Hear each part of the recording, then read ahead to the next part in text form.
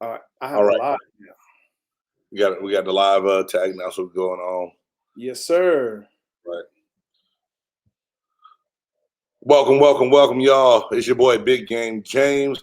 Big Game Buzz. Season 3 pilot episode is kicking off. I got my man J-Stog in the house. Jabari, break it down for me one time. Tell the people a little bit about yourself. What's up? I'm J-Stogs. Hey, I'm so excited to be here. Avid sports fan. Play a little ball here and there. Did a little something here and there. But I'm so happy to be here. A fanatic is what I am of all sports. Football, basketball, baseball, cricket, NASCAR. We can do it all. I'm ready to go. Big Game James. Let's get it, bruh. I mean, I just learned about cricket this summer, and I'm not trying to. I really did, man. They're putting it in at a curriculum at the school I work at right now. But anybody that don't know about me, man, I'm Big Game James. James Canada, former defensive tackle for the Tampa Bay Buccaneers and Indianapolis Colts, and I am an avid sports fan. I love getting on here, speaking my mind, point of view to the people from a lot of people know what's going on in sports, but you don't always know what's going on behind the doors and in the locker room. I'm going to bring you that perspective. And when you think something like, oh my God, I can't believe that happens, I'll give you the yeah, can. It happened like this. And I want to say this. They ain't going to say it in the paper, but they're going to say it to you in the locker room. This is what you will hear, and you're going to get the 100% truth from me every single time I bring it to you. Retired, like I said, NFL player. I am now a school teacher, and I love podcasting. I love blogging, and I got a chance to meet up with Jay, and we hit it off right off the bat, and we realized that we had something that we had to put together for everyone that it's nothing that I needed to do by myself or should do by myself. So that's what it is, y'all. You know what I'm saying? We here bring you the 100% truth inside to what's going on, and tonight we are going to kick off NFL talk division winners. Who we think is going to win every division in the NFL? Why? Cam Newton. Who has the best chance of landing him, or should he be picked up at all? Is he a liability? Is he going to help some ball game, win a Super Bowl? We shall see. And also the COVID-19 vaccine. We have to talk about it. At the end of the day, the NFL is a moneymaker, and COVID wants to derail some of that. We're going to see how the NFL takes all this on. All that and more coming to you live into right now. Or I kind of broke it down to where we will go with the NFC West first.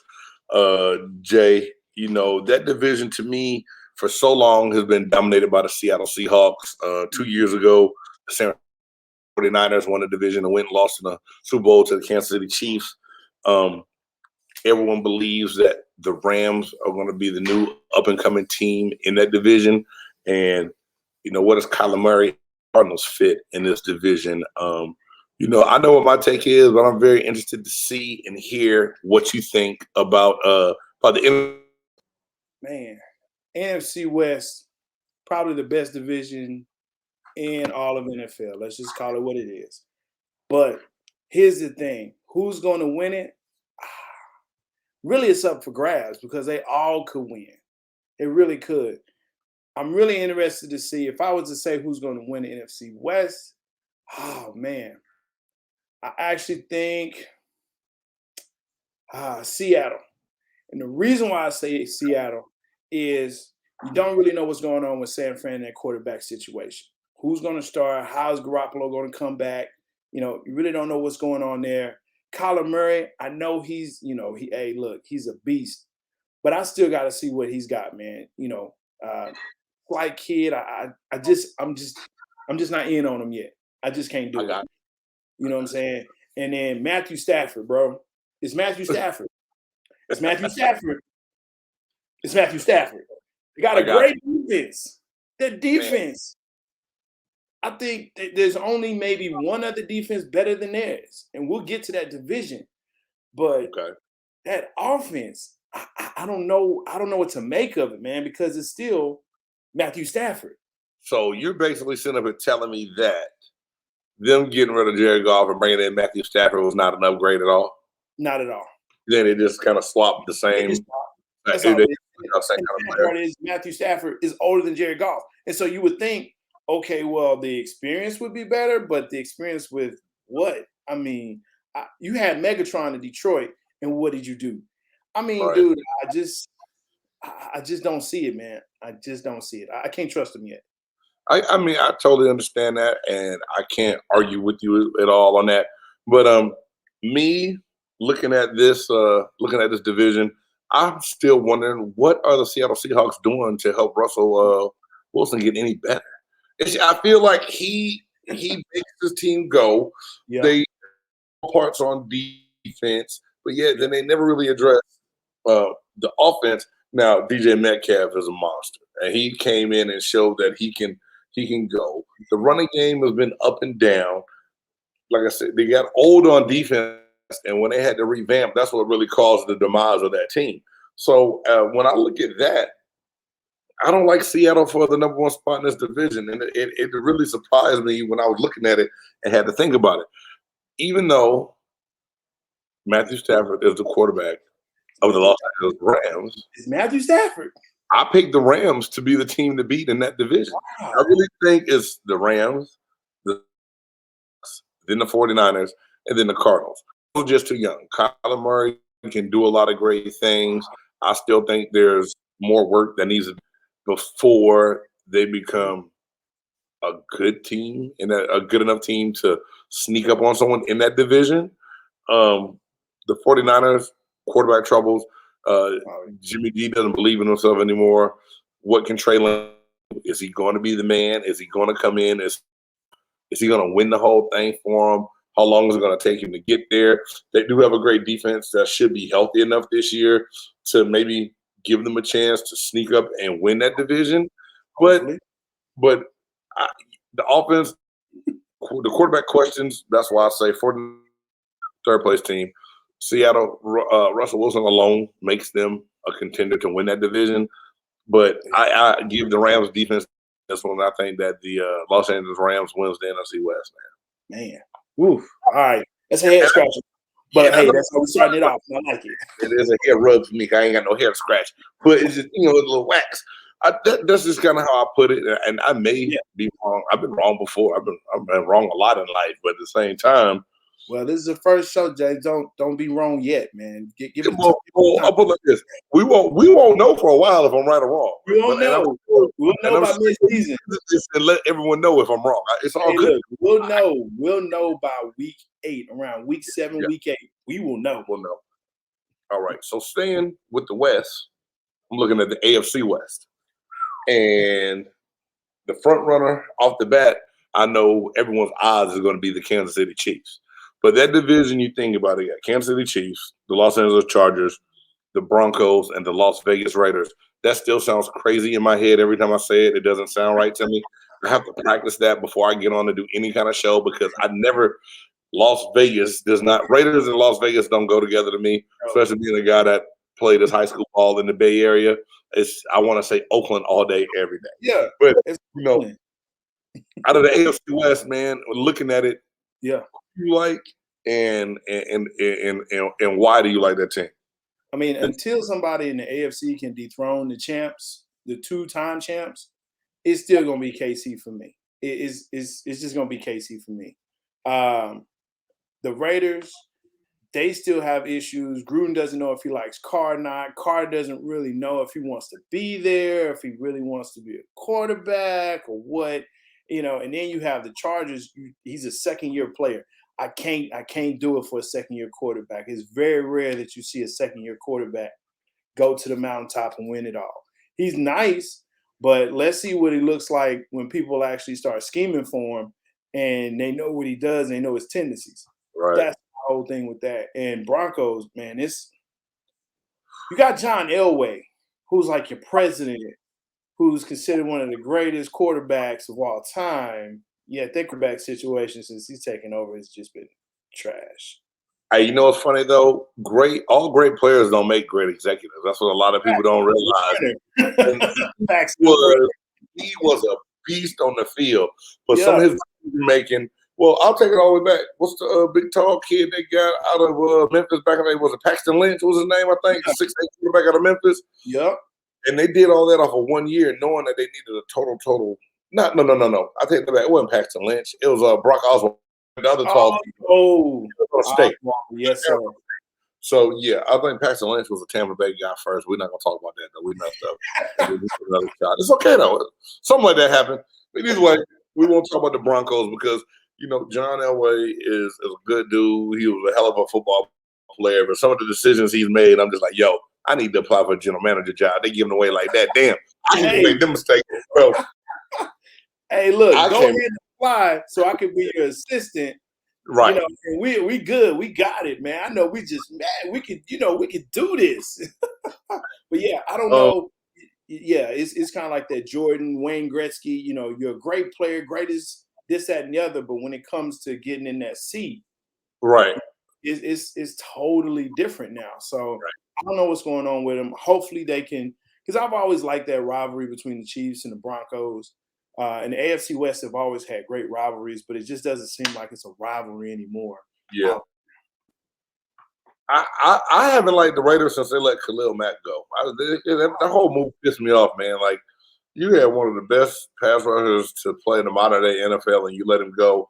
And then I've never believed in John Gruden. I never played for him. I played for Coach Dungy pretty much my whole career, and the accolades and everything he's been praised with and he's gotten, I think still came to me off of a team that was put together by a Buccaneers staff, coached by Tony Dungy, and the whole defense was put together. And they had the offense to finally get over the hump that one year. But I've never been the biggest Gruden fan in the world. Like, I get to work at 3 o'clock in the morning. You get to work too early. You don't have to get to work that early to be good.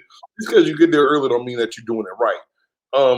So I'm not sold on the Raiders. Right. I want the Raiders to be better than what they are. You know what I'm saying? But it still drives me crazy about them. I'm with you. Until someone did throw, I think you have to put Kansas City Chiefs at the top of that AFC West division.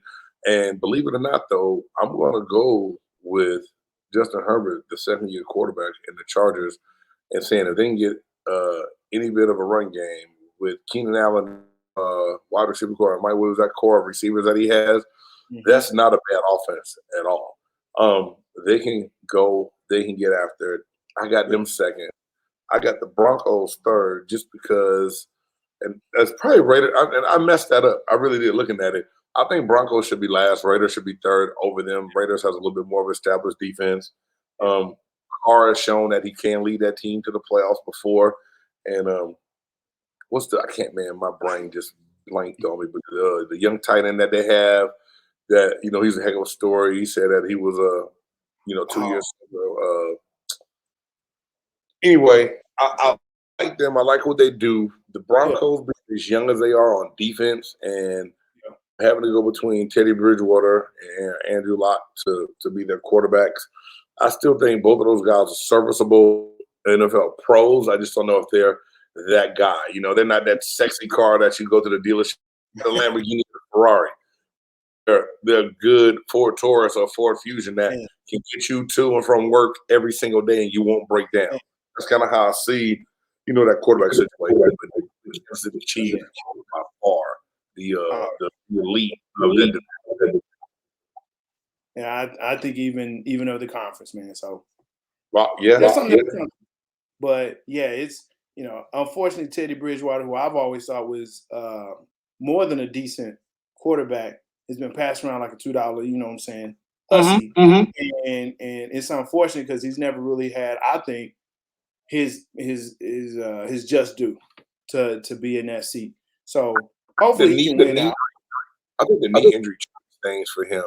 If he would have got hurt in Minnesota, I think that he's an established quarterback there, that he could be the quarterback that they wanted. I just think that knee injury, horrific knee injury, messed things up. And Teddy hasn't been treated the same by the rest of the NFL since then. I know I said Ford Fusion, he's serviceable. I like Teddy Bridgewater a lot for being that smaller, undersized quarterback. But it's so many other pieces that they need to put together. They did go get wide receiver help 2 years ago. They did a better job of addressing needs in the draft this year. So I think Denver's going to be better, but I just don't see them being able to compete. And I don't know why. I just think the Chargers are going to sneak up on people this year. And that might be totally crazy, but I really believe that they're the second best team because of Justin Herbert. I think that's fair, though. I think And it's really fair. I think that's fair. Especially because of the way Denver and I was about to say it, Las Vegas, how they crumbled at the I was about to say it, the second half of the season, man. It was just like implosion city. I don't know what happened, but yeah, man. And in Denver, their defense has to get better as far as staying healthy throughout the season as well. They got to get some major pieces back that can play throughout the season. And maybe they can be that third, that real solid third spot, move up. But Gotcha. All right, man. Well, hey, let's keep things going. And this next division here is one that I know you love all so much because you happen to be wearing a shirt of a team that's in this division. hey, Right. The NFC East, which was known as the NFC least last year. Why are you doing that? Come on, man. Why are you doing that, BJG? Why are you doing that, man? I mean, think about it, dog. Think about it. I won't stay on it long. We're going to let the past be the past. But you had a team with a losing record go to the playoffs in that division. Come on, man. How bad? And now we're not going to talk about the issues that they had last year because this is now. But you have to admit that the NFC East was like watching the WAC in the Sun Belt Conference playing the national championship game. Wow. That's what I said, the WAC in the Sun Belt playing the national championship. I hear you talking about the Western Athletic Conference. I hear you talking about them. That's but all jokes aside, and I look at this division and right off the rip, I'm going to say this, as much as it pains me. A healthy Dak Prescott, Cowboys win the division hands down, not even close. No one else is even worth talking about in that division to me. If I'm wrong, tell me this. Because Washington football, until you get a mascot, I can't even take you serious. Until you get a mascot. But that defense, that defense is amazing. But other than that, you got a guy with the name of Heineke as your quarterback, I think it is. I want to say Heineken every time I see it. That's the only other team that I think that is worth talking about in that division. But I won't slight the fans, and I won't. So I will go through my picks and my choices, and I'll go 4-1, just so we can talk about what I think. And you tell me if I'm wrong, and I can't wait to hear you chime in on this, because one thing that all my fans know, I don't give the Cowboys a lot of compliments at all. They have to earn them for me. I'm here. They have to earn them. So last place, the New York Football Giants. And some people want to say I'm crazy. They made changes in the offseason. They made some coaching changes. Judge, he's a good coach. Yes, he is. Is he going in the right direction? Maybe. But him and Mark Colombo got in a fight last year on the football field, so something still wasn't right. I don't know if it was a power struggle, what it was. I know that was the past and it's gone, but that says something to me still about your leader. If he's going to get in a fist fight with an offensive line coach at practice on the sideline, and for the media had to get kicked out real quick to not see the butt whipping go on. They said, Colombo a big boy, man. He like 6'8", 300 something. Yeah, former Dallas offensive line, yes, sir.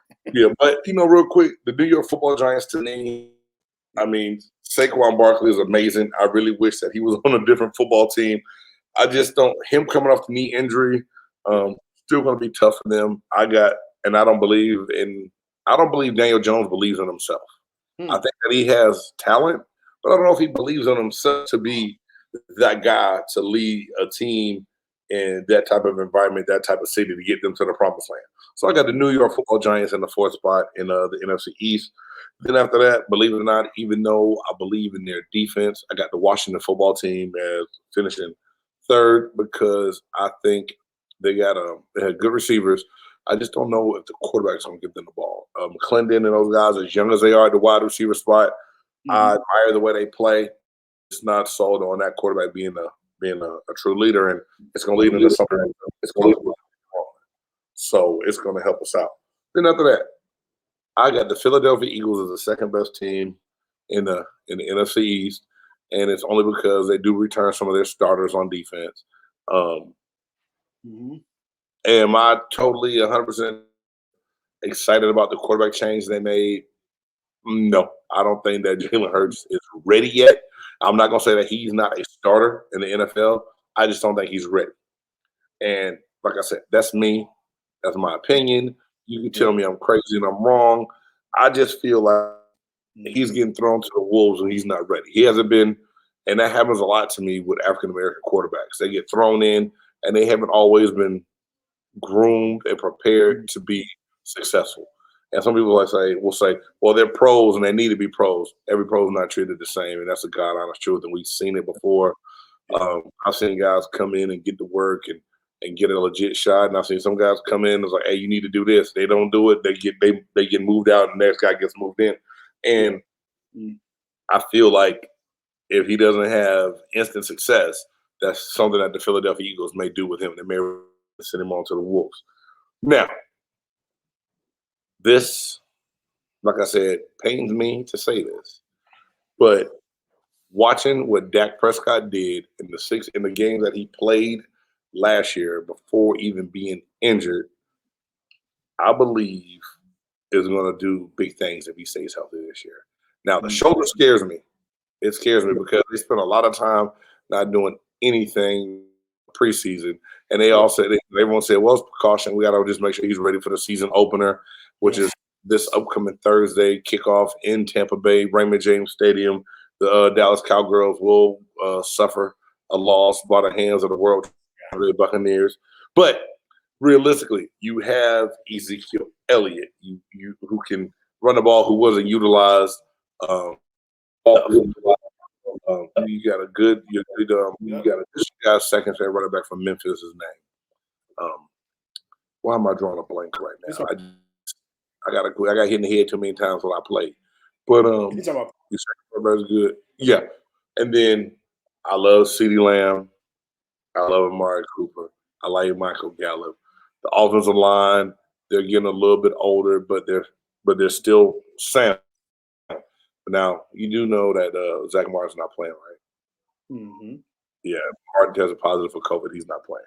But they have all the pieces. And then to go get a coach like Quinn to come in and be your defensive coordinator, which was probably the best move you could ever do because Nolan had no business having a job last year. He showed years ago that the NFL game had passed him by. He couldn't stop a 2-year-old from running through a wet paper bag at a grocery store. You know what I'm saying? Man. He had no business being the defensive coordinator, and that's just it's the truth. He shouldn't have been. He should. So you go get a guy that knows how to put pressure on a quarterback with a line without blitzing too much, not having to gamble, can have the secondary be stout, and draft it according to need. Everything they draft. So now they have to have success. Now, will it be instant success on the defensive side of the ball? It's probably going to take two seasons to really get to that point they want to get to. But I think the Cowboys did things right to put themselves in the situation to solidify that they are the best team in the NFC East. All right. This is great analysis. I really appreciate what you said. It's all wrong. What? Good. Okay. Here you are. I'm going to live mine off. This is so easy to say. The Philadelphia Eagles will be number 4 in that. Right? Number 4, don't know about Jalen Hurts. Don't know about the organization itself. They haven't improved anything as far as I can tell. Offensive line is still the offensive line. The defense is what? So you got that. So, yeah, they're number 4. And so he froze up on me because he didn't know what to do. He's like, what's going on? What are you talking about? But wait till I get to my number 3. The number 3 that I'm talking about here, that's going – oh, see, I got to talk. But I'm still out. Let's go. It's good. So the number 3 that's going to be in the NFC East, not the least, that's going to be the New York Football Giants. That's right. That's what I said. The New York Football Giants. They're number 3. They're actually above Philadelphia because they have Saquon Barkley back. And yeah, I know he's coming off of injury, but the defense is much improved. I actually think Jones will be better than last year. They already got rid of Eli. Now he has a year removed from him, so he doesn't have to worry about him. So he's good there. I really want him to see who I have as my second. There we go. Yeah. I'm glad you're back. Last thing I heard was that I was wrong. And You're wrong. And then he cut out. So he's like, nah. Hey, I was so mad at you saying I was wrong. I cut the whole damn thing off. Like, no, I ain't. Damn it. I ain't wrong. I'm not wrong. You know who I am. Let's go back. Go back to that last point of me saying the Cowboys are the best team. And you said good analysis, but I'm wrong. Please continue. So, as I was saying, number 4, that's going to be the Philadelphia Eagles. I can't trust, for the reasons that you said. Okay. It's actually because of number 4, right? Don't know about Jalen Hurts. What I saw last year when he did against the Cowboys was sick. It made me sick. He outran the edge like it was nothing. And it's like, oh my gosh, this kid, but they're not going to give him what he needs to progress in this league. I just don't believe that. And I think they're already looking for someone to replace him anyway. So they're just waiting for one moment, half a moment where he messes up. My number 3, now, again, this is why he's wrong. This is why you're wrong, big game. Number 3 is going to be New York Giants. And I wanted you to hear that. Make sure you hear that. Is the New York Giants is number 3, right? Because what I said earlier, Saquon Barkley is back. He has knee injury. But they're so much better. Well, I won't say so much, but they're better than Philadelphia. That's why that's what it is. See, I think he froze up on me again because he's so hurt. He doesn't know what to say at this point. He's like, wait a minute. Why do you keep saying that? I'm going to wait, though. Because I want him to hear the 2 and the 1. When he comes back, folks, make sure that you have your popcorn ready for that 2 and 1. Because it's going to be something else. But I'm just going to rattle it off and then just sit back and wait. I'm not even going to give an explanation. I'm just going to rattle it off. Because there's an expectation, there's an idea that's kind of moving around here of how I'm going to go and how I'm going to pick. But I don't know. Maybe not so much. Here's the other thing. I read and I have analysis and I talk to people. I actually talk to people that are in and around sports, in and around these divisions, in and around these players, in and around these teams. And so we're able to kind of, bounce things back and forth and say, ooh, what's this and what's that? So it's not just a feeling. There's some parts back into this. There is some parts back into this. People, they're just going to go out, figure out fees. And here's what I will say. I'm so sorry. I hear you talking. I got the stream going on another device. You gonna rattle it off and not give me a chance to rattle it off. I'm gonna rattle it off. Turn. It's your turn. You heard the 4 and the 3. Let me just give you 2. The second in the division in the NFC East are the Dallas Cowboys. That's right. The Dallas. What? Oh my gosh. It was paused right there. It was perfect. You know what though? I'm gonna let you finish. I am taking. I am almost to your opinion right now. Then number 2, because that leaves the number 1 in division. The Washington football team. The defense is so formidable, and they only got better. They are the best defense in the league. The only defense that's possibly better than them is either, and it depends on the day, it's either going to be Los Angeles Rams, okay, or the Tampa Bay Bucks. Got it. Okay. Because the Tampa Bay Bucks defense is very underrated. Right. But that defense is that front 7 is mean. It's nasty. It's hellacious. Hey, I feel you. People out. Hey, I feel you, and I understand that. And trust me, you talking to a decent defensive guy. The LSU Georgia game was not LSU. Excuse me, Clemson Georgia game was music to my ears because it was 10-3. I love defense. So do you honestly think that the Redskins have the offense to carry that team out. So you telling me they got to get Joe Flacco, Trent Dilfer on. Just manage games and don't mess up. The defense is gonna win it all for us. You have Ryan Fitzmagic there, okay? Game manager. Yeah. Just be a game. Don't turn the ball over. The defense, and you mentioned the name. I was gonna say, hey, I'm gonna give you one name: Trent Dilfer. Trent Dilfer is a Super Bowl champion. Why? Because of the defense. I'm gonna give you another name: Peyton Manning. I'm gonna give you a stat. Yeah, but Peyton Manning had way okay, not what we wanted. I give it to you. Okay, I'm not gonna argue that one. But Peyton Manning was a better overall quarterback career in the league compared to Trent Dilfer. Now you freeze. Now you don't want to hear the truth. Do you remember the stats from the Denver game? Do you remember the stats from the Denver? Go, I mean, I'm gonna give you the truth. Here it is. Go 100 yards, 0 touchdowns, 0 interceptions. That was the stat line for Peyton Manning when he won his second Super Bowl with Denver. Why? Okay. Because of the defense. So as long as you have a defense that is so dangerous and stout and can just cause turnovers and havoc, if Dallas's defense is not at least average, they will not win the division. The offense is amazing. It's amazing. On paper. And you're right. Offense wins games, defense wins championships. We all know that. I think that they'll make enough improvement to win that division on that end. That's just what I think. Washington, and I want to believe that. I do want to believe that. And I'm not going to lie.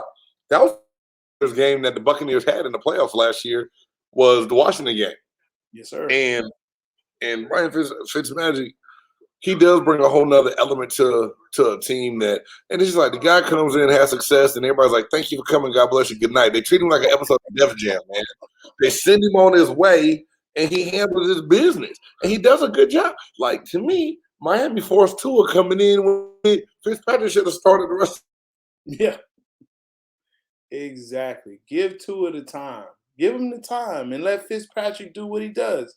And then after that year, hey, cool, great. But mid-season? Nah. But yeah, man, Fitzmagic.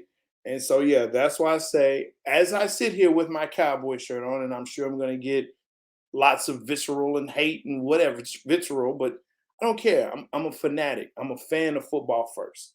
So with that, Dallas Cowboys, number 2 in the NFC East, and Washington football team will be first. They'll be number 1 in the division, and they'll win the division. And it may come down to the last game of the season, but yeah, they're gonna win. They're gonna win it out. So there you go with that. Let's see. I don't know where he is on his list. I know he said AFC West, NFC East, NFC West. I'm gonna pick a division since he's not here, but he's listening, so he can chime in when he's ready. Let's go to the AFC North. AFC North, in that division, you have the Baltimore Ravens, the Cincinnati Bengals, Cleveland Browns, and the Pittsburgh Steelers, which to me, this is a crazy division because you have so many variables that are going into this year. Is Lamar Jackson going to regress? Is Joe Burrow going to progress? You know, he had that injury last year. Don't really know where he is on that. Baker Mayfield, oh my gosh, he's like the second coming of LeBron in Cleveland. You know, you take him to a playoff and you win. Hello. And you know what? This is a different guy than the money man that was there. So that's going to be a lot to that. And then you have your Pittsburgh Steelers with the Ben Roethlisberger. Man, what's going on with this guy? He's 40 some odd years old. We don't know if he's, ready to go or if he's not ready to go or how he's going to do. So thanks, Jackson. Jay, what's up, man? I'm so sorry. Good. Hey, you good, man. I was just going to I'm gonna get kicked off my own show, dog. Like, hey, man, we gotta up your bandwidth, bro. That's all. Well, I just realized, and like I said, people with technology, don't laugh at me. I had this MacBook for the last 2 years, and today this thing's got more use in the weekend than it has in the 2 years that I've had it. And I just realized that I had a Ethernet cable connection in the back. So I've been running the Wi-Fi. So I just plugged the Ethernet in, y'all. I'm so sorry. And my bandwidth just went from one little bar to all the way up on here. So I apologize. You know, like I said, I tackled people. I didn't really write the game plan. I just executed it back in the day. So, that's how we do it in the pilot, baby. I was trying to execute the game plan without writing up the plays. But I just had to write it up real quick. We good to go. So, hey, I'm out there. I got my hand on the camera going crazy. People gonna see my palms, probably on my belly. I apologize about that if y'all just ain't done it and had to see it. You feel like a defensive lineman, so that lets you know big hands, big belly. That's what you do. So real quick, we finished on the NFC East, and you did AFC North. But I went ahead with the shot. I said, let's go to the AFC North. You went to the AFC North. Okay, cool. And now my pick might be what you already talked about. I couldn't hear everything, and I apologize about that. And if you got all your picks in on that on the AFC North? No.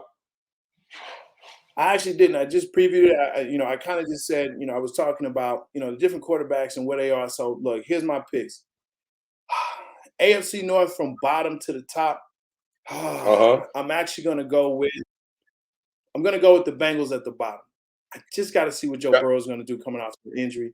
I got to see how that defense is going to react. I got to see what's going on with that line. It's just too many variables going on with the Bengals for me to say they tops. Right. Next is the Steelers because, well, Juju thought he was a 1, but Juju's not a 1. Nah, Juju's a 2.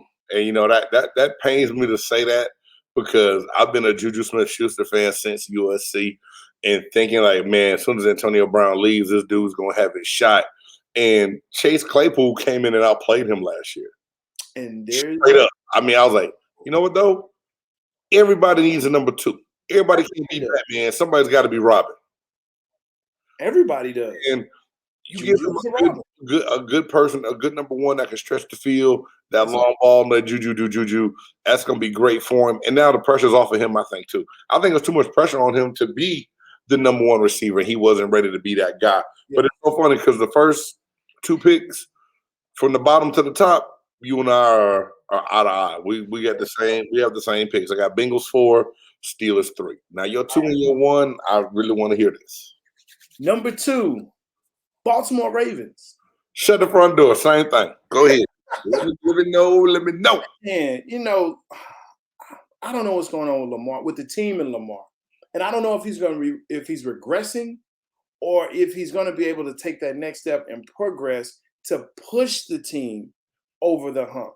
Right. I think everyone is like, okay, we know kind of what he is now, so we're starting to be able to better scheme against him, and no one else is stepping up on the team. In the defense, we don't know where they are anymore. Baltimore's defense was a vaunted defense, like Seattle's, Legion of Boom. Like, you knew when you come into that house, you're going to get that hat put on you. But here we don't know what's going on with the defense. We don't know what's going on with the QB play. Yeah. So that leaves Cleveland. And I got the same thing. And just to kind of reiterate and touch on Baltimore, J.K. Dobbins suffered an injury late in the preseason. He's more like he's done for the year. Ingram is gone. That running attack that they've had last couple of years, not really there. They got some other pieces, but how reliable are they? Everyone keeps saying that, let Lamar Jackson play like Lamar Jackson. And they've done that the last 2 years, and they can't get out of the AFC. They can't get to the championship game. They cannot get to the Super Bowl out of the AFC. So is Lamar Jackson playing like Lamar Jackson actually helping them or hurting them is the question. I still like Lamar Jackson, but I have a lot of question marks about the whole team just in general. And then you let your boy Big Brown go. You start off with tackle. You let him. You trade it because you don't think you're gonna re-sign him. So you let him go, and yet you send him to Kansas City. Wait, what? You send him to Kansas City?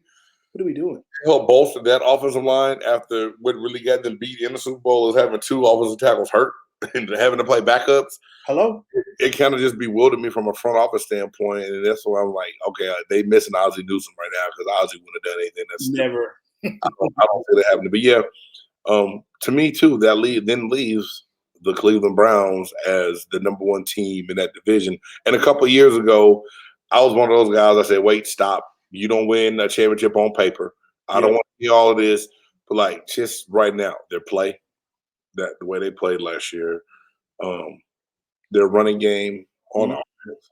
Baker Mayfield doesn't have to do more than he needs to. Jarvis Landry, Odell Beckham Jr. is coming back this year. You go out and add Jadeveon Clowney to the opposite side of Myles Garrett on the defensive line. They drafted the All-American in the second round from Notre Dame to help bolster that defensive line. What's the one line? I mean, they've done a lot of different things that just makes a lot of sense to me. That not just the AFC.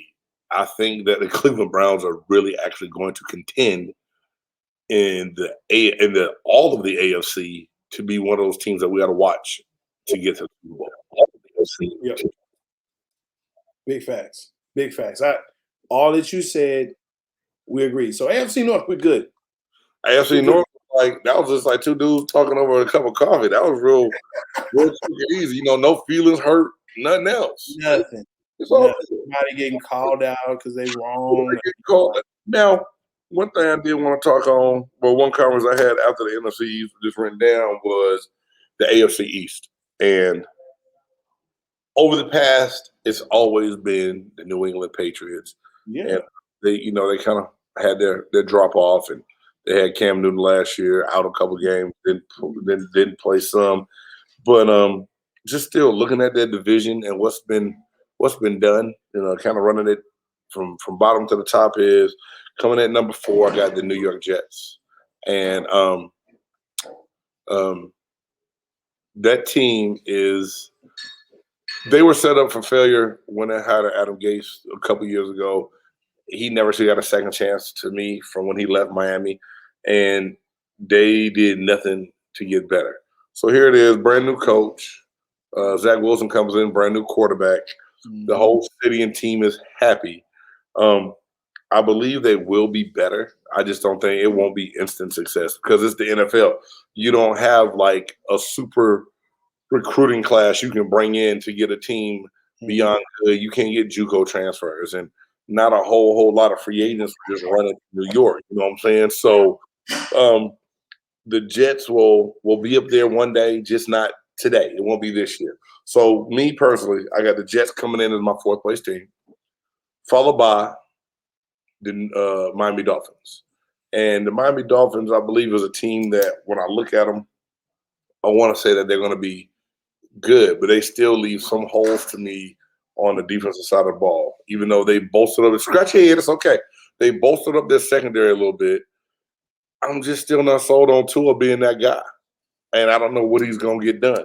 So I got the Dolphins in 3rd. Number 2 might surprise you because, I don't have this second place team winning the division, but there's something about this man that I don't think can be held down long, and that's Bill Belichick.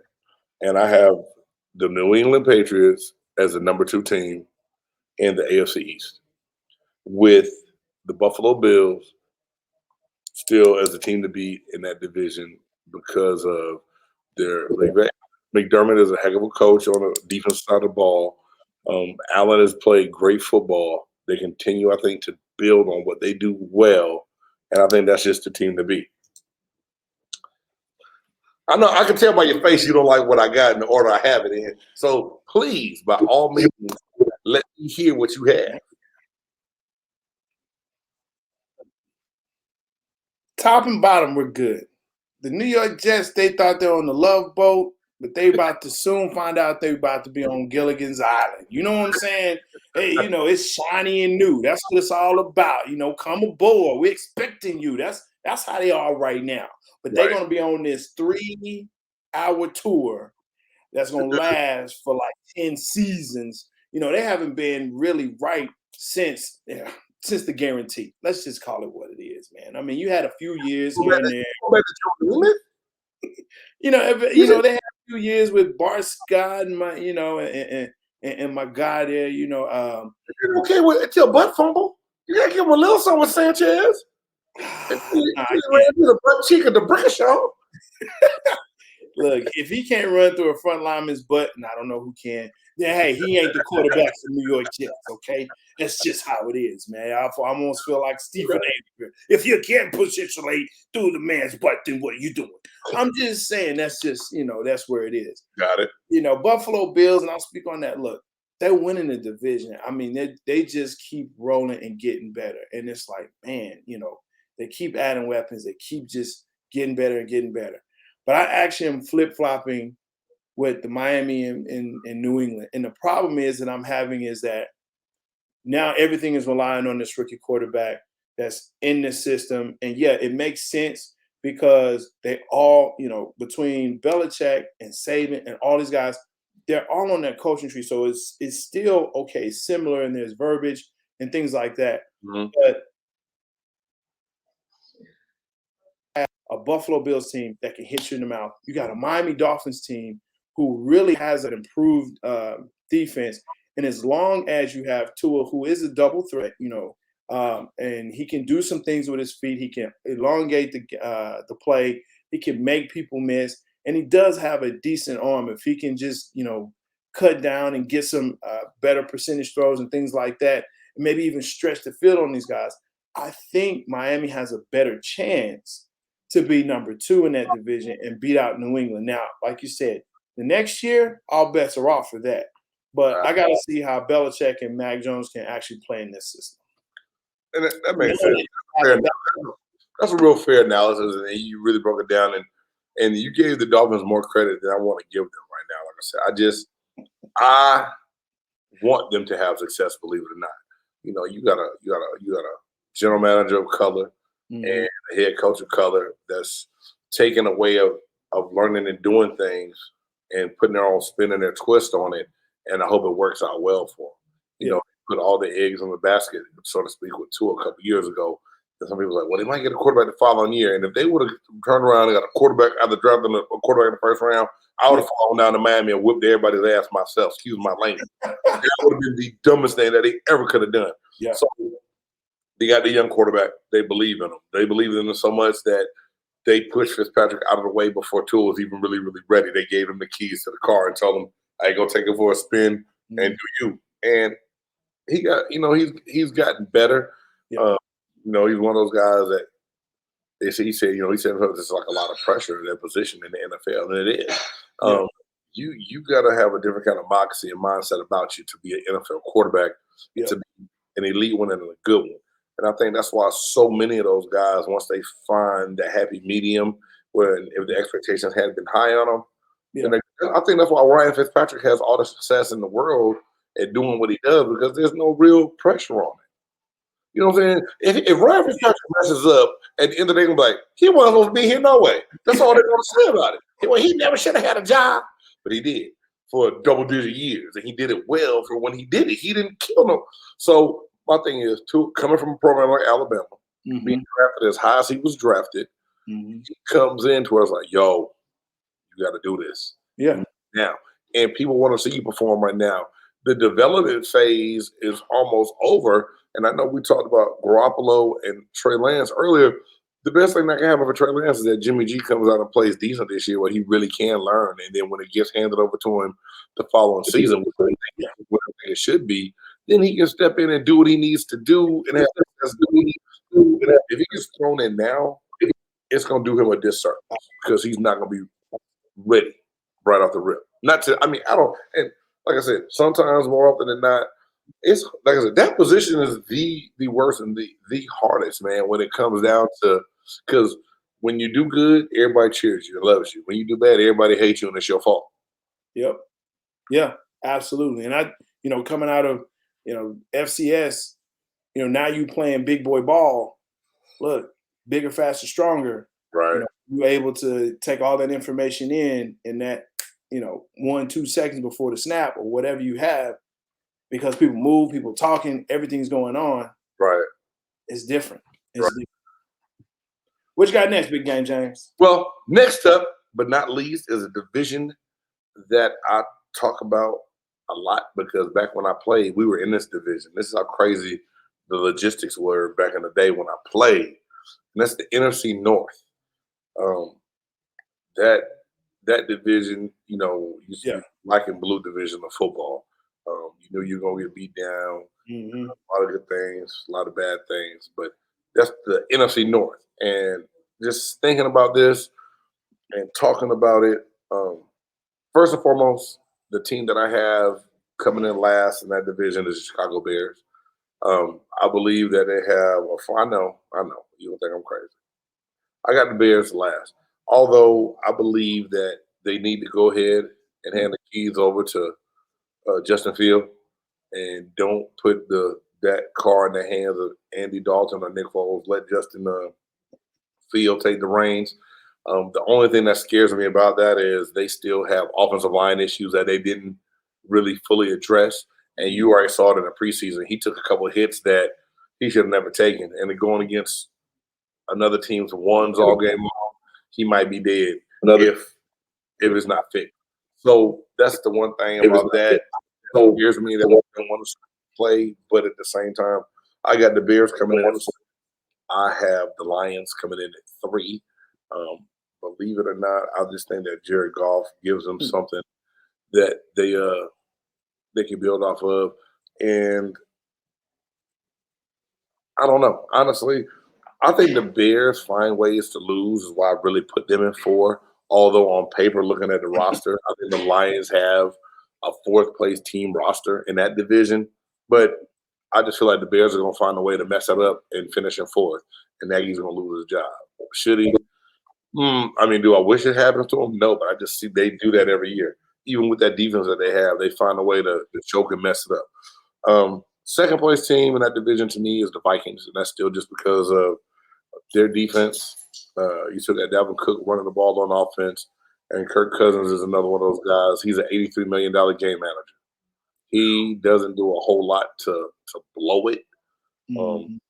The defense gives him a little bit of leeway to make those mistakes because they normally get him the ball back, numerous times a game.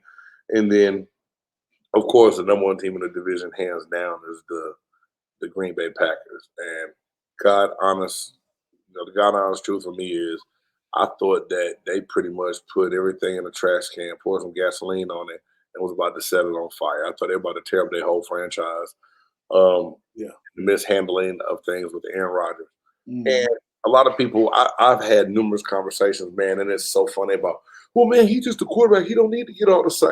I was like, but every other team you go to, you get a franchise Hall of Fame type of quarterback. You're going to address his needs, and you're also going to include him on things. Whether you listen to him when it comes to making a decision or not, at least you listen to him. You take his word with a little bit of value and evaluate, what he said makes sense. Let's try this. Let's try that. That man's been there all this year, and you don't go draft any wide receivers in the first round in the last couple of years to any weapons. I mean, thank God Adams is there and doing what he does. But to me, they've done nothing to help Aaron Rodgers. He was almost ready to walk away and host Jeopardy for a year, and was going to make more money hosting Jeopardy than he was throwing the football down the field. I would have been like, what is not going back to the NFL for $200? That would have been me. But lo and behold, Aaron Rodgers is amazing. That defense is still relentless. They are just a team that I don't think the division matches up well enough with them to. Yeah. So Detroit Lions are last. It just last. They're last. I don't have much to say about it. They're just last. That's it. They just last. Okay. They're last. No arguments there. Will continue to be last because they're last. They're last. The Megatron, Barry Sanders ain't coming down the tunnel. That's what I'm saying. They last. Okay. That was too much time for Detroit. So that brings us to number 3.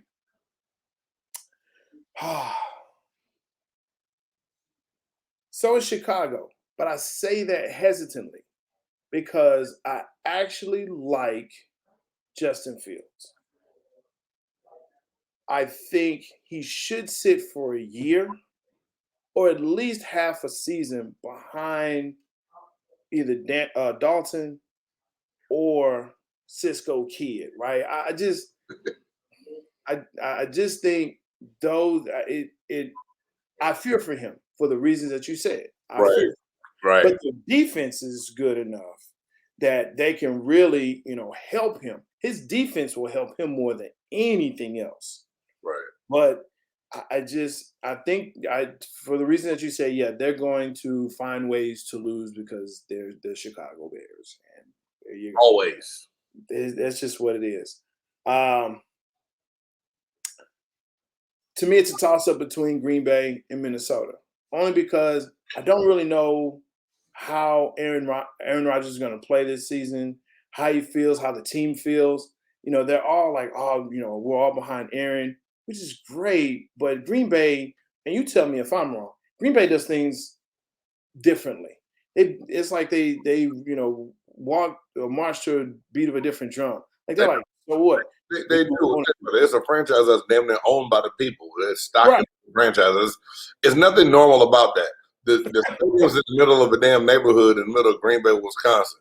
You drive around the corner from all these houses, and all of a sudden it's like, who the hell put a stadium in the neighborhood?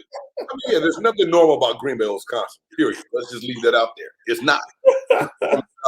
But at the same time, yeah, for me, if Aaron Rodgers was serious enough to come back to camp and he's taking the field, then he only has one thing on his mind, that's winning and really trying to avenge the last two NFC Championship games that he let get away from him.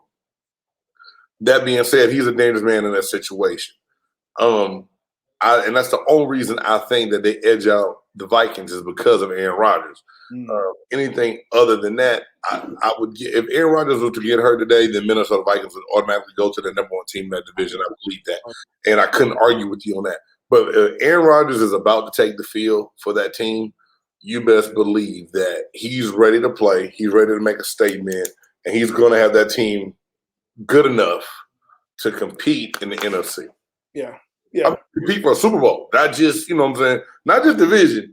Green Bay is going to be a Super Bowl contender, I believe. Look, I saw firsthand when, they put 31 on us. We almost came back to win and was like, here we go. But it's Aaron Rodgers, man. He's a dangerous man. So Yes.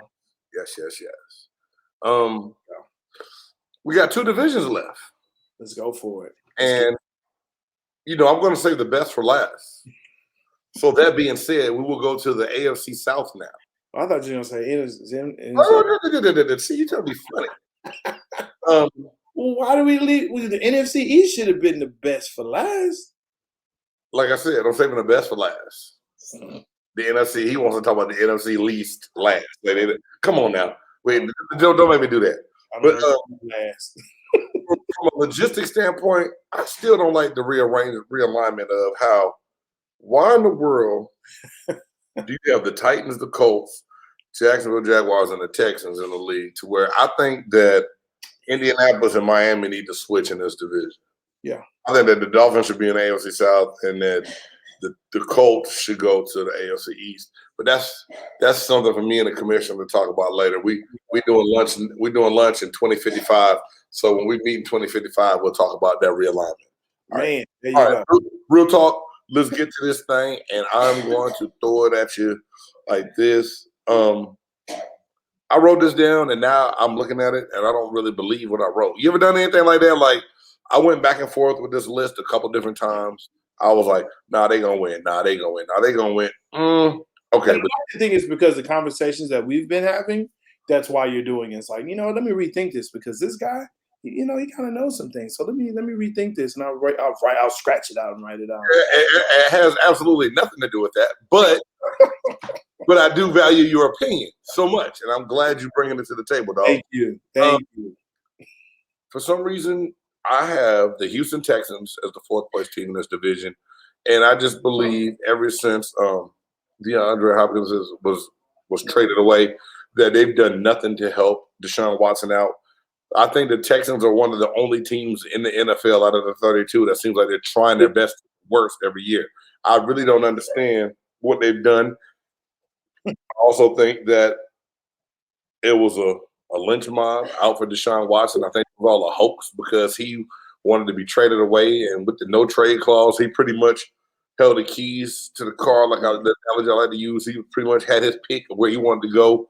And the one way for them to get out of the situation was to blackball and railroad him. Now, I'm not going to say he didn't do nothing wrong. We human. We do things. You know what I'm saying? Massage parlors are real. I'm just going to say that. I'm going to leave it out there. Your imagination can do what you want to do with it. They're real. They exist. Players go to them. But what he did in it, I don't know. I wasn't there. When their owners go to them. Yeah. Ask Mr. Kraft. Ask him. But that's another topic for another week. All right. So I got the Houston Texans at the bottom just because it seems like they try to get worse. Bill O'Brien, it's like he was a suicide bomber. He put a bomb on his jacket and ran in the facility and said, "Look at me," and blew it all up. He tore it all up. And it's messed up. Yeah. After that, I have the Jacksonville Jaguars. I believe they did good things in the draft. Trevor Lawrence has not looked bad this preseason. Travis Etienne got hurt. He's out for the year. Another, their second first round pick they had. Yeah. I believe that they address needs. In my mind, is Urban Meyer going to be that not first, but he's going to be that one collegiate coach that comes in and actually does something different and has some success right away. I'm still not knowing, not really sold on it yet. So I got Jacksonville as my third place team. After that means I got to go with number 2, then number 1. My number 2 team in this division is going to be the Indianapolis Colts, one of my former teams. Let me, since we sitting here, just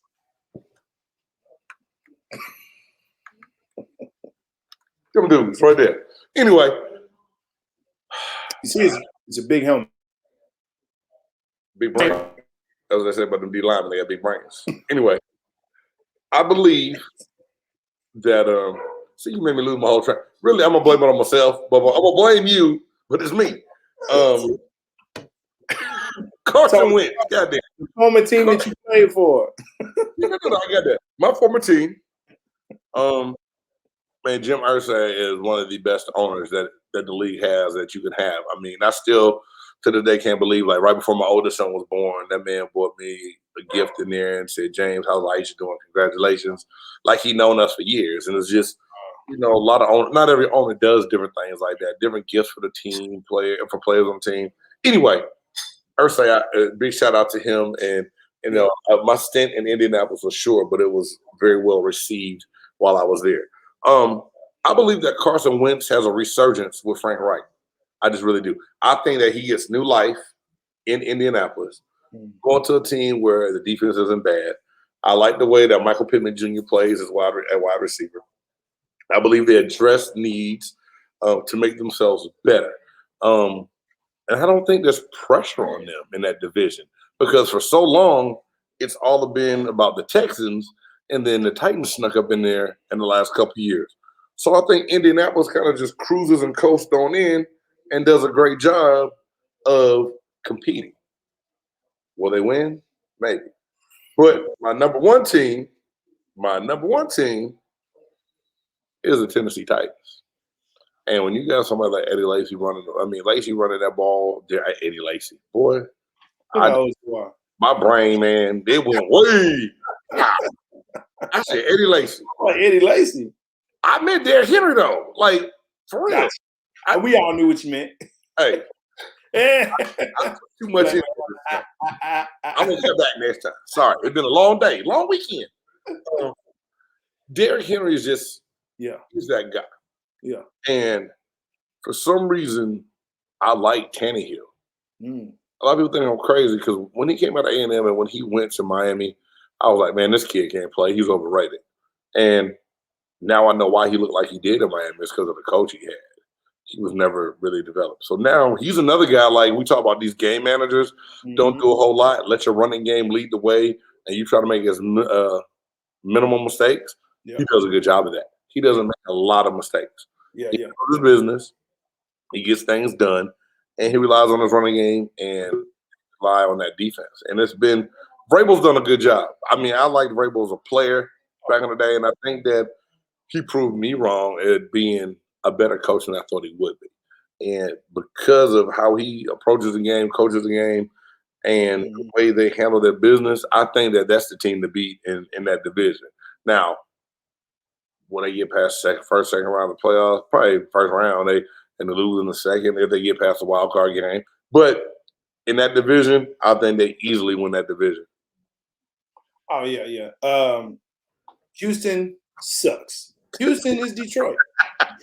It's Houston. Very simple. Very, very simple. Just keep it going, huh? Next. Keep the party going. I actually think the Colts are number 3. Okay. And the reason why I say that is Carson Wentz is hurt again. He is injury prone. It's time to go ahead and put the label on him. He hasn't been able to sustain a full regular season since what? First year? His rookie year? First, second year. Yeah. It's been a long time. You're right. I mean, and this is an injury that he had before.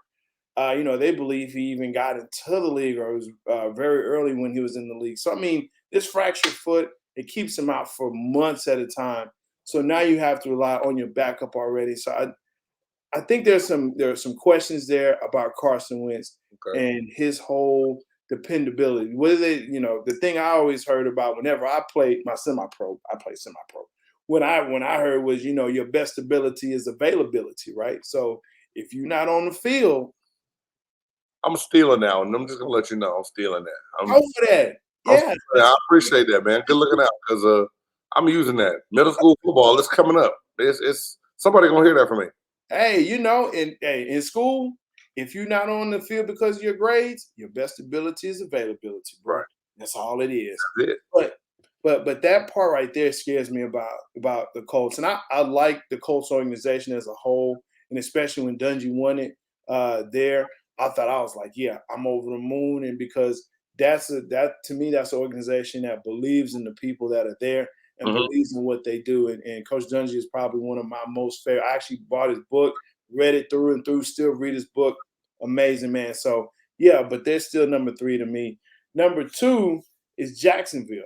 And the only reason why I say Jacksonville is because of what's going on in the other 2 teams. Okay. Right? Houston is so trash. Indianapolis has real big questions at their quarterback position. But Jacksonville, Trevor Lawrence looked great. But I don't like what Urban Meyer's mindset is when it's coming into this. He still thinks this is college. You can't talk to these guys like they're in college. So I think there's going to be a real disconnect there. And I just don't know what he's going to be able to do. So for that reason, Tennessee Titans, I actually think they're a really good contender within this conference. They pushed Kansas City several years ago. I mean, look, Derrick Henry is a man's man. Right. I mean, I saw him and Josh Norman, and they just kept replaying that stiff arm, and it was like, oh, man.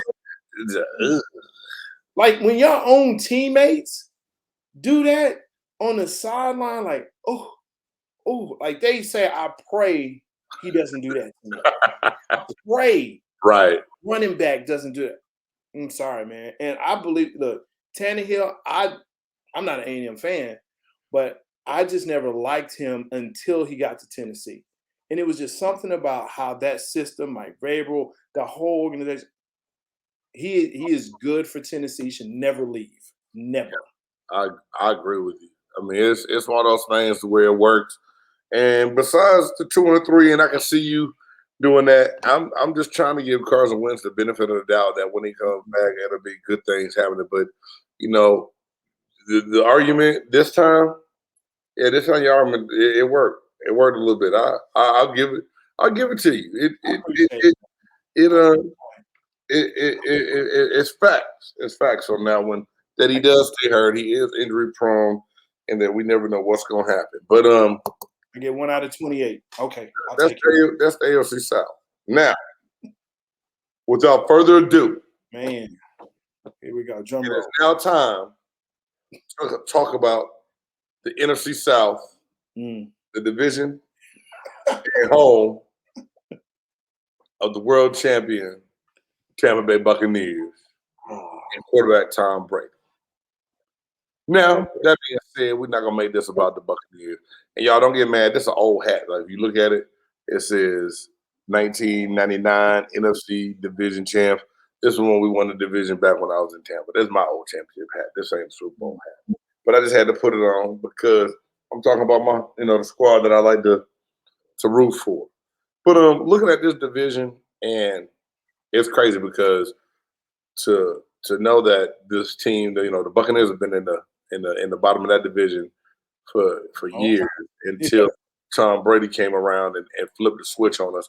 And early on in the season, it didn't look like things were going to change right off the bat. We gelled at the right time.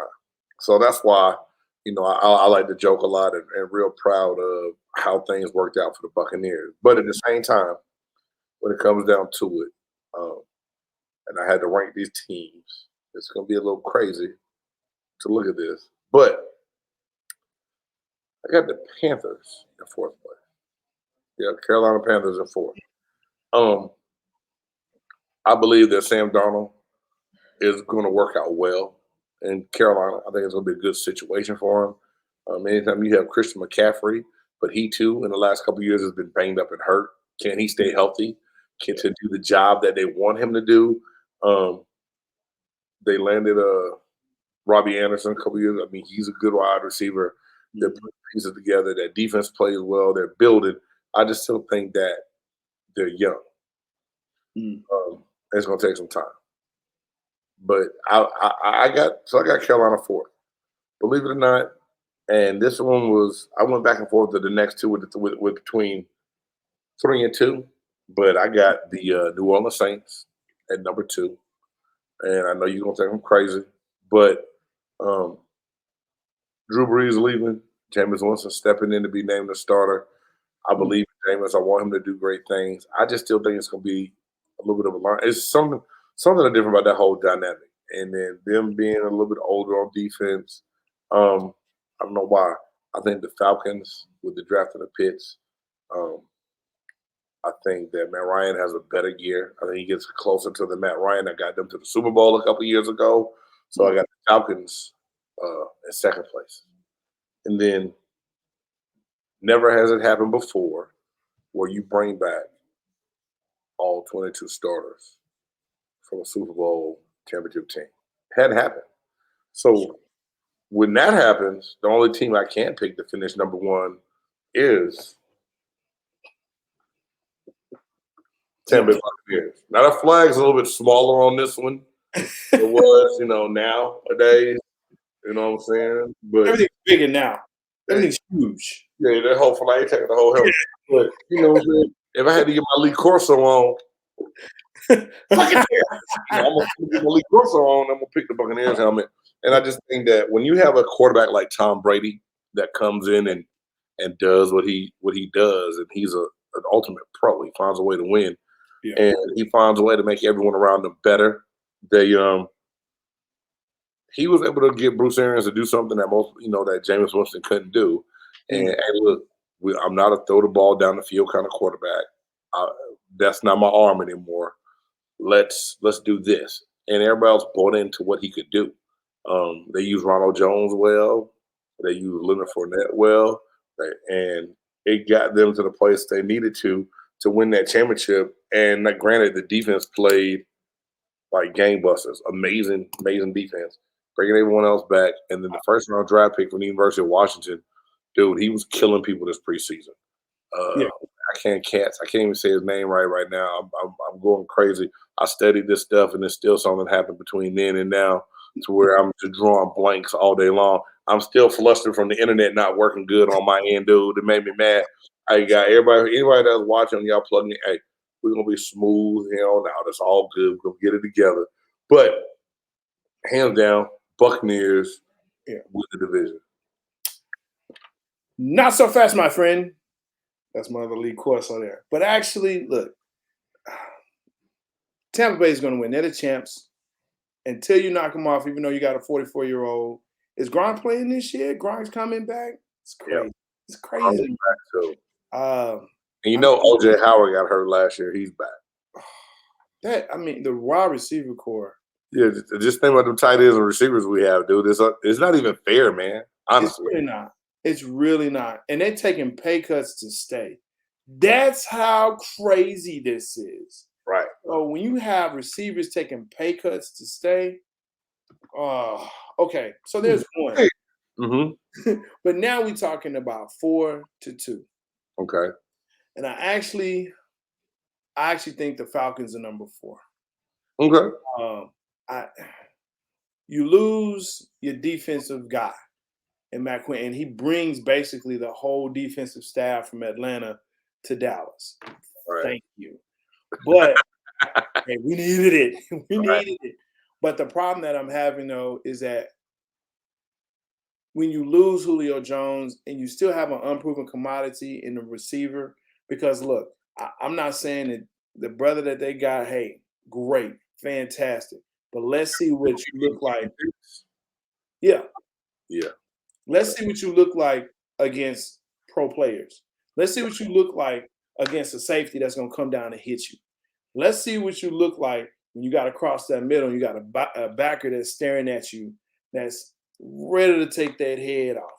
So, I mean, you know, it's and you can't outrun everybody. And that's the thing that really gets me, especially like, you know, running quarterbacks or mobile quarterbacks or even some of the players. Yeah, you can outrun them in your league back when you were playing Power 5 ball. But now guess what? All these guys run fast. All these guys hit hard. So let's just, you know, I just can't trust them on that.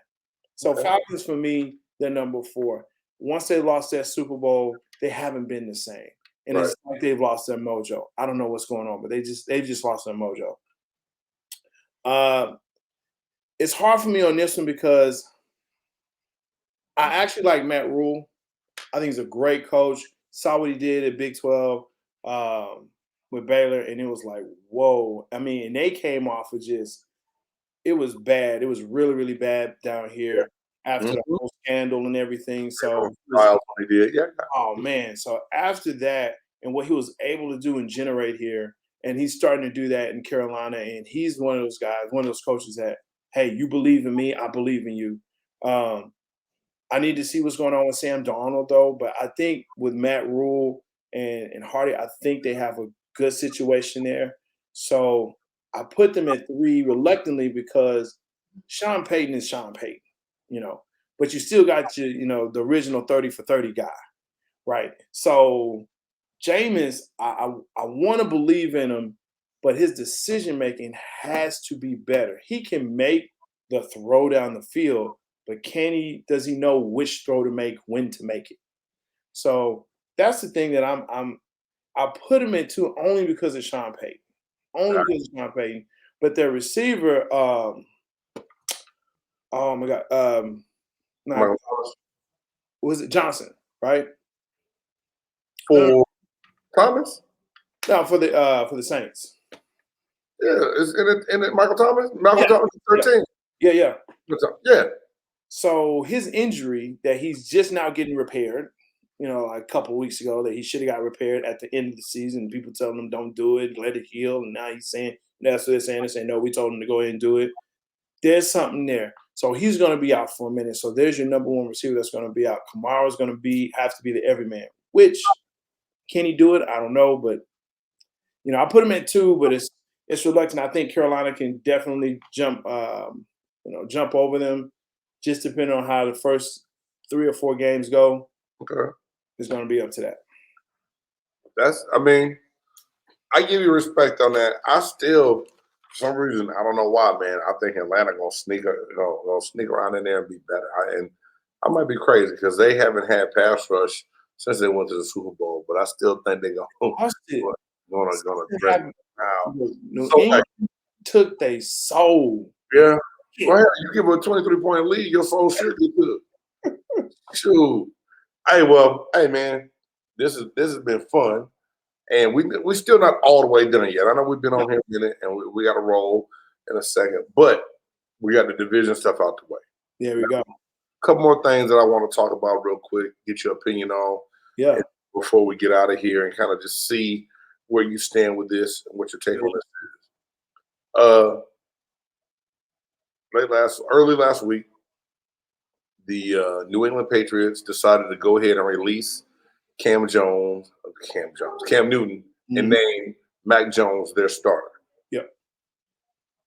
How do you feel about this decision, and where can you see Cam Newton landing this NFL season? So when they drafted Mac Jones, as a fan, I'm saying the fix is in. Yeah. Matter of time. This season is it for Cam. They tried Cam through the Lane Kiffin system last year. And, he has his own mindset and the own way he wants to do things. Right. And in my opinion, he never was really coached to be that style of player, that style of quarterback. Okay. And so when they drafted Mac Jones, fix was in. It's over for Cam. It's just a matter of time. We already knew he was grooming. Hopefully was thinking maybe end of the season, but knew the fix was in. Uh-huh. There's a bunch of controversy about, his status with, getting vaccinated and da-da-da and this, that, and the other. And so I think that actually plays a part into it because here's the thing that Belichick wants. He needs to know you're going to be there every single day. And if you're not going to be there every single day, guess what? I'll go get someone else. And he has shown that time and time again, especially on the defensive side of the ball. We're like, who is this? Who is Mike Vrabel? Who is this? Who's this guy on defense? Minkovic or whatever. Yeah. Who is this? Who is that? That's a guy that fits their system. That's going to do exactly what he wants, how he wants it, and they win. And that's the Belichick way. Right. And he was like, I'm tired of it. I don't want it anymore. I'm going to relax and have fun. So he went to Tampa. Gotcha. But with Cam, I think it was just the fact that he wanted to do things his way. He was fighting the system, I think, a little bit. So the fix was in.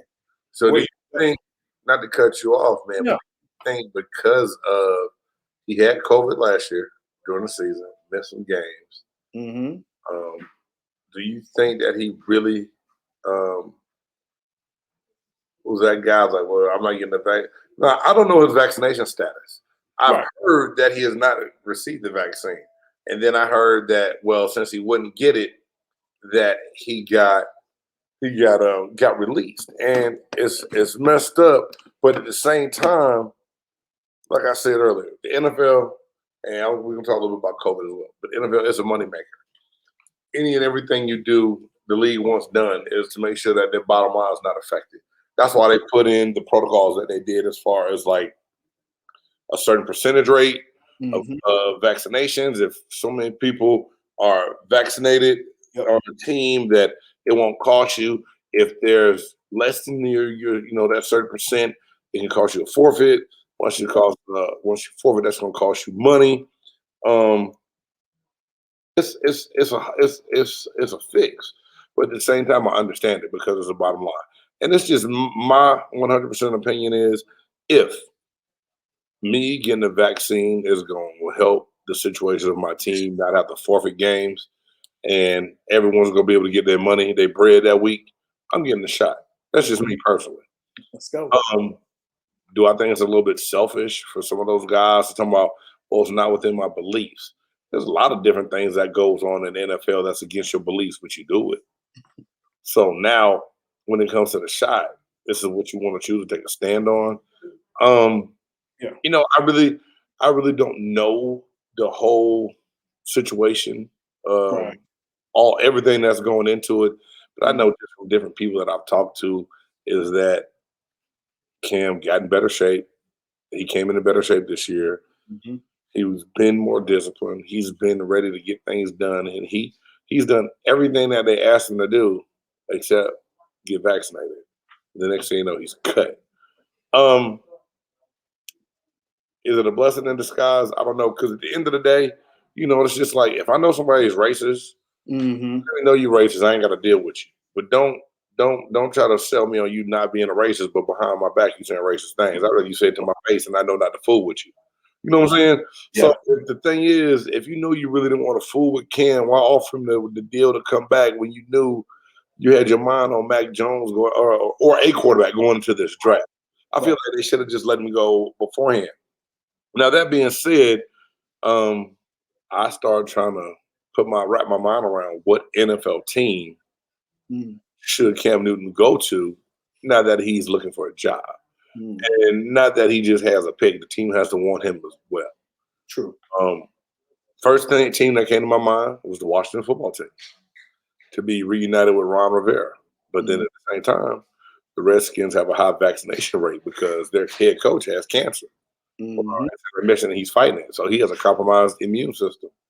Are you willing to get that vaccine to make sure you're good around your coach? Are you? Aren't you? Is it going to work out? So now maybe the Washington football team doesn't fit as well as I originally thought it would. Right. Although, that was the first thing that came to my mind. Sure. Second, you might think I'm crazy.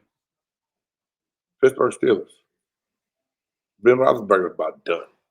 Me and a buddy were talking today, and he said, "Yeah, about they need to go on and draft the quarterback next year, and then Ben to getting ready the year after that." I said, "Ben don't have 2 years left, not in my mind. Nope. Not to be an effective quarterback. No. I think Ben Roethlisberger is on his last leg and out the door. Literally. Dwayne Haskins likes to kick it and go to the strip club. He let it throw dollars in the air. So I don't know how focused he is on being an NFL quarterback. He wants the NFL limelight without putting in the NFL work. And there's a lot of dudes like that don't last a long time. Mm-hmm. Could you see Cam Newton ended up in a Pittsburgh Steelers uniform to replace Ben Roethlisberger? I got another team too, but I want to hear what you think on that one right there, man. Here's the thing. Cam wants to start. And I say the fix was in, but I think Cam saw, okay, and this is what I also think. I think that they saw, hey, you know what? This Mac Jones kid is better than what we expected. Okay. You know what? He can start. Got it. It may not, right now may not be the ideal time, okay, but he eventually will start. So let's just go ahead. Let's get it.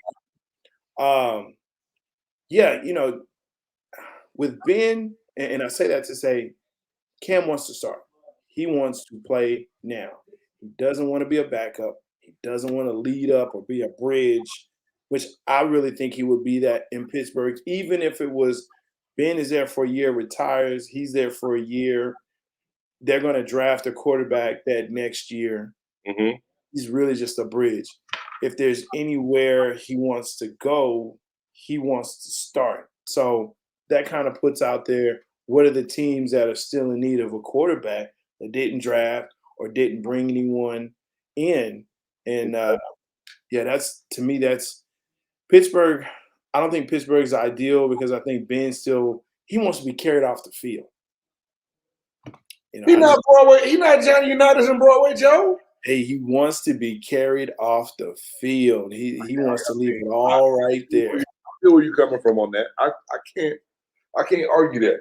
Do you think the Detroit Lions make a play realizing that Jared Goff just isn't that guy? I don't think he's that NFL guy that everybody thought he was. I don't think they do. I think they want to try and develop Goff and put some weapons around him before they do that. Okay. Because of the years on his contract and in his youth. So I think they'll try to develop him more than, because Cam is Cam. Cam is Cam. Cam is what Cam is, And so I watched him in preseason really to kind of see, okay, what kind of throws is he making? Watching his eyes, watching his, follow through. Uh-huh. And it was really, I won't say robotic, but it was definitely like, okay, he was throwing by steps. And it wasn't like, Cam is that kind, he just slings it. It's zip, right. Zip. The touch on it, here, there, whatever. But yeah, I didn't see that from him. So I don't know if that's where he's going to be able to land. I thought Rivera, but then I said, you know what? Rivera has seen him at his best and his worst. And his worst was the Super Bowl. And his best was in that same season, where they're like 13-3. So it's like, yeah, does he want to go through that again? Do you think Cam Newton is still worthy of getting a chance to play in the NFL? Play, yes, as a backup. Start. So you think There's 32 quarterbacks in the NFL better than Cameron Newton right now. Really? Wow. No. If he had any chance to play, well, I say it like this.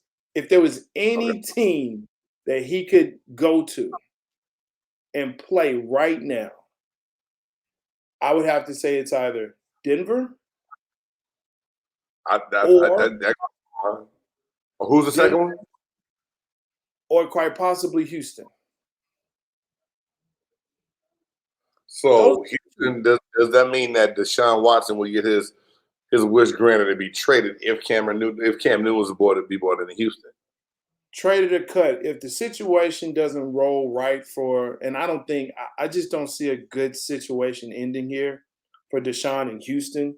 I hope he, gets a release or gets whatever he needs and goes somewhere else and can start over again and do something. But at this point, I don't see a good amicable breakup there. So you can bring in Cam. He can be there for 2 or 3 years until they kind of figure out what they want to do on offense and then can move that way and then draft. But yeah, I think Houston or Denver would be a good fit for him as far as what he would want to start. But I'm looking around the league and most of them are either first year or second year players that they've put money into, put time into. And so for him to go there to start, I just don't see it. I feel you. And I'm looking around. I'm trying to go through all my list of teams and quarterbacks, and I'm just like, they squared away. They squared away. But here's one that also crossed my mind. Mm-hmm. The Las Vegas Raiders. And I thought about that. And the reason I say that is it was rumored that John Gruden was ready to work out a deal for Derek Carr and let him go. They had different rumors of who they would bring in, and I know they had Marcus Mariota as a backup to get a viable. I mean, because this is where I look at it. Cam Newton was a league MVP. Do you really just write him off and throw him, ball him up and throw him away off of a decent? I mean, the season he had last year, the preseason he had this year. I think there's teams that could use him. Hell, we just talk about the Colts and Wentz been injury prone? Yeah, take a chance right there. But your point of being a backup is probably more realistic than my point of wanting to see him start again. But there's something about Cam Newton where I want to see him get a chance. Yeah, that he's still that guy that got Carolina Panthers to a Super Bowl, went 13-3 in the season, and was a league MVP. Something about that, I still want to see that for some reason. But I think New England was that chance for him, and so I think he made some real New England. That's the same New England team Tom Brady left for a reason, because they did nothing to make their quarterback better. Brady in New England last year looks like, oh my God, I'm not gonna say it. I'm not gonna say what I'm gonna say. But to me, Tom Brady that won the Super Bowl. Yeah, you put that same Tom Brady with that New England Patriot roster, and it looks like we're watching the movie The Replacements again. I really don't. That team had nothing going for it last year, so I don't think that was a legit chance to really do what he could do with that team he had. But I think it also plays back into, you're in this system. Tom didn't have a lot of times. And so if, it's one of those things where you have, and this is where I look at the RG3s and I look at, those types of players, those mobile type of players where they're like, look, we don't need you to be as mobile. We want you to throw. And you're a quarterback, so throw. Don't use your legs as much. It's kind of the opposite of Lamar, but now they're wanting Lamar to do it a little bit more. Whereas I want you to be this version of yourself, but that's not what I am. And so, I think all the hits that Cam has been taking over the years, he has been out for like a season before, and now the injuries are starting to pile up. I just think at this point, there's going to be few and far between teams that he can go to. Yeah, I thought of Vegas only because of how Gruden feels about Carr, but and it's one of those things, like it's a love-hate relationship. Like I love you today and I hate you tomorrow. So I don't know. I like Derek Carr. I think he's a decent quarterback, but Gruden is going to do what Gruden wants to do. 10 years contract, so man, I don't even get me started on that whole topic right there. I don't even want to talk about that. That's a whole nother show, dog. I just 10 years at 10 mil. What you gonna do? So there you go. He runs the show. If I say white privilege, somebody might get mad at me. A lot of people. It exists everywhere. Come on, man. For real. Yeah. It is what it happened. For the show, the 100 report, man, I was gonna kind of talk about the COVID vaccine, but we talked about that enough. And just to give the view, guys, I do this thing called the 100 report. I find something that's a touchy subject that's going on around sports in general, or even in life. The last 100 report I did was about Naomi, Osaka, and mental health. Just kind of give you guys an idea. We always preach mental toughness, but very rarely do we preach mental health. And I know as a coach, I've been guilty of that myself. And as a player, it's one of those things to where I figured out a way to deal with things. And today's youth are a little bit different. And so sometimes different ways. So that's something that we normally gonna have on the show. Not gonna have that tonight. We're going a little bit longer than we said we were gonna go, talking about these divisions, getting warmed up, wrapped up, getting ready to kick this season off. It's football, man. Football season. We kick off this Thursday night. The Tampa Bay Buccaneers. Life is coming back. The Dallas Cowboys. Raymond James Stadium. Jay, I gotta ask you. We may not win a division, but we win it Thursday because guess who's bowl bound? How about them Cowboys? Man, you just said y'all the second best team in your division. Yeah, you really think y'all gonna be the world champions? Look, I'm a fanatic. I'm a fan. I mean, a fanatic. Hey, but sometimes I'm gonna need you to think with your head and not with your heart. You know what I'm saying? But hey, you know what? This is the kind of game that scares me, and I hate kicking the season off with a team like the Cowboys that has nothing to lose and everything to prove. And the fact that Dak is playing for something, I believe that Ewok, Elliott is playing for something that it's a tough game to start the season out with because you ride the high. You just got past out the range. They got a little 3D image of a stadium built down the side of it. If you screw the diamonds off, it's kind of amazing. But at the same time, man, you have to play the game. You know what I'm saying? Games aren't won on paper. We can say whatever we want to say. Yep. The game has to be played, and we have to go out and get a victory. And I think it's going to be a tougher game than what a lot of people think. You got a lot to Dallas. I've heard a lot of people saying that they didn't think that Dallas had a chance, but like I said, this is a team that if we played them week 5, week 4, I'd be like, yeah, we will beat the snot out of the Cowboys. Playing them week 1, I don't like it. I really don't. I'm gonna say we're gonna win, but I don't like playing y'all week 1. That's just what it is. Hey, you rip your little shirt open, and this one's gonna come out your chest. Hey, that's gonna come out your chest right there. How about them Cowboys? Hey, you know what? It's Big Game James. It's been real. I appreciate it, man. I love it. Can't wait to go for the next one. Go pound for pound and round for round. Yo, it has been lovely, my sir. I really appreciate it. Man, thank you for being a part of everything, helping me get everything set up, man. I appreciate it. Much love to you. And next week, we get a chance to talk about week 1 in review. We'll know next week at this time what happened between our two teams. what happened with those early games, and get ready for that nightcap of a game, that Sunday night game, and get everything going. But for my boy J-Stog, I'm Big Game James. This is Big Game Sports Buzz. I'd like to thank you all for tuning in. You can always follow us on Twitter at Big Game Sports Buzz, Instagram BG Sports Buzz, and on Facebook Big Game Sports Buzz. Hey, it's your man Big Game James, and if anything you're gonna do in life, don't just do it, do it big.